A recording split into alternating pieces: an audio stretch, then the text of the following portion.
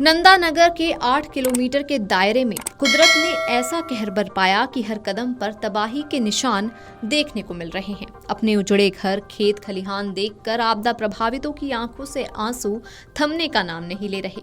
Windsor पहाड़ी के शीर्ष पर स्थित जिस महादेव मंदिर में लोग सुख समृद्धि की कामना करते थे, उसी पहाड़ी से मिट्टी और मलबे का ऐसा सैलाब फूटा कि देखते ही देखते हंसते खेलते गांव मलबे के ढेर में तब्दील हो गए।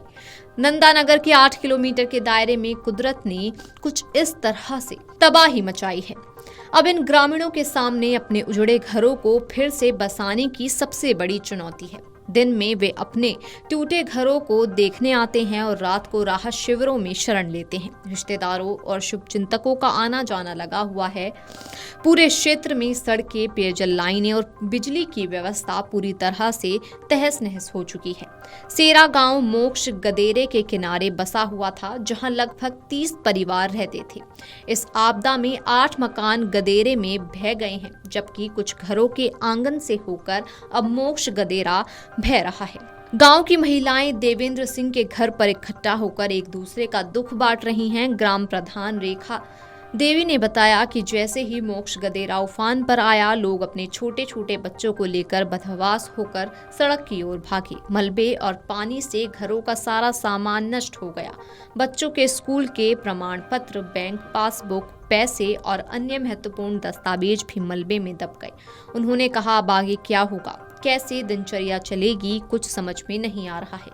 शुक्रवार को आपदा के नोडल अधिकारी और मुख्य कृषि अधिकारी गांव में हुए नुकसान का आकलन करने पहुंचे। उन्होंने प्रभावित परिवारों की सूची बनाई और उनके रहने और खाने की व्यवस्था सुनिश्चित करने में जुटे रहे। विंसर पहाड़ी की तलहटी में बसा कुंतरी लगा फाली भी इस आपदा का शिकार हुआ। यहाँ करीब 35 परिवार रहते थे, जिनमें से 15 मकान मलबे में दब गए। गांव के पास बहने वाले एक छोटे नाले के शीर्ष भाग में बादल फटने से गांव में भयानक तबाही मची। कुंतरी गांव एक टीले पर बसे होने के बावजूद मलबे का सैलाब इसे बहा ले गया। कई मकानों के लेंटर टूटकर एक दूसरे के ऊपर पड़े हैं। इस गांव में आपदा प्रभावित कुंवर सिंह को बृहस्पतिवार को मलबे से जिंदा निकाला गया था, लेकिन उनकी पत्नी और 2 बेटे मलबे में दब गए थे। शुक्रवार को एनडीआरएफ की टीम दिन भर लेंटर तोड़ती रही, जिसके बाद कुंवर सिंह की पत्नी और दोनों बेटों के शवों को बाहर निकाला जा सका। गांव के कई घरों में अभी भी मलबा भरा हुआ है।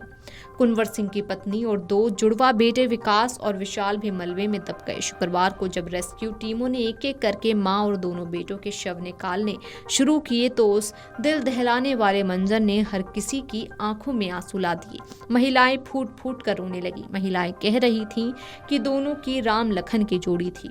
इन मासूमों ने विधाता का क्या बिगाड़ा था। कुंवर सिंह के बड़े भाई हरिंद्र सिंह भी घर पहुंच गए हैं। कुंतरी लगा फाली गांव की संगीता देवी पर भी दुखों का पहाड़ टूट पड़ा है। 3 साल पहले पति की मौत के बाद परिवार की पूरी जिम्मेदारी उनके ही कंधों पर आ गई थी।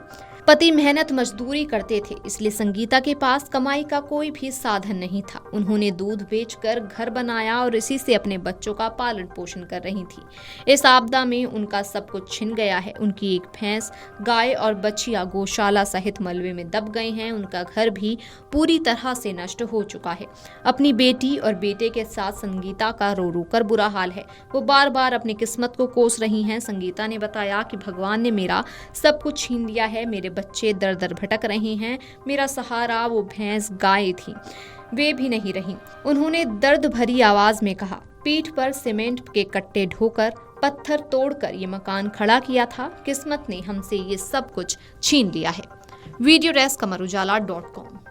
अगर आप ये वीडियो YouTube पर देख रहे हैं तो हमारे चैनल को सब्सक्राइब कर बेल आइकन दबाएं, और Facebook पर देख रहे हैं तो हमारे पेज को लाइक करें।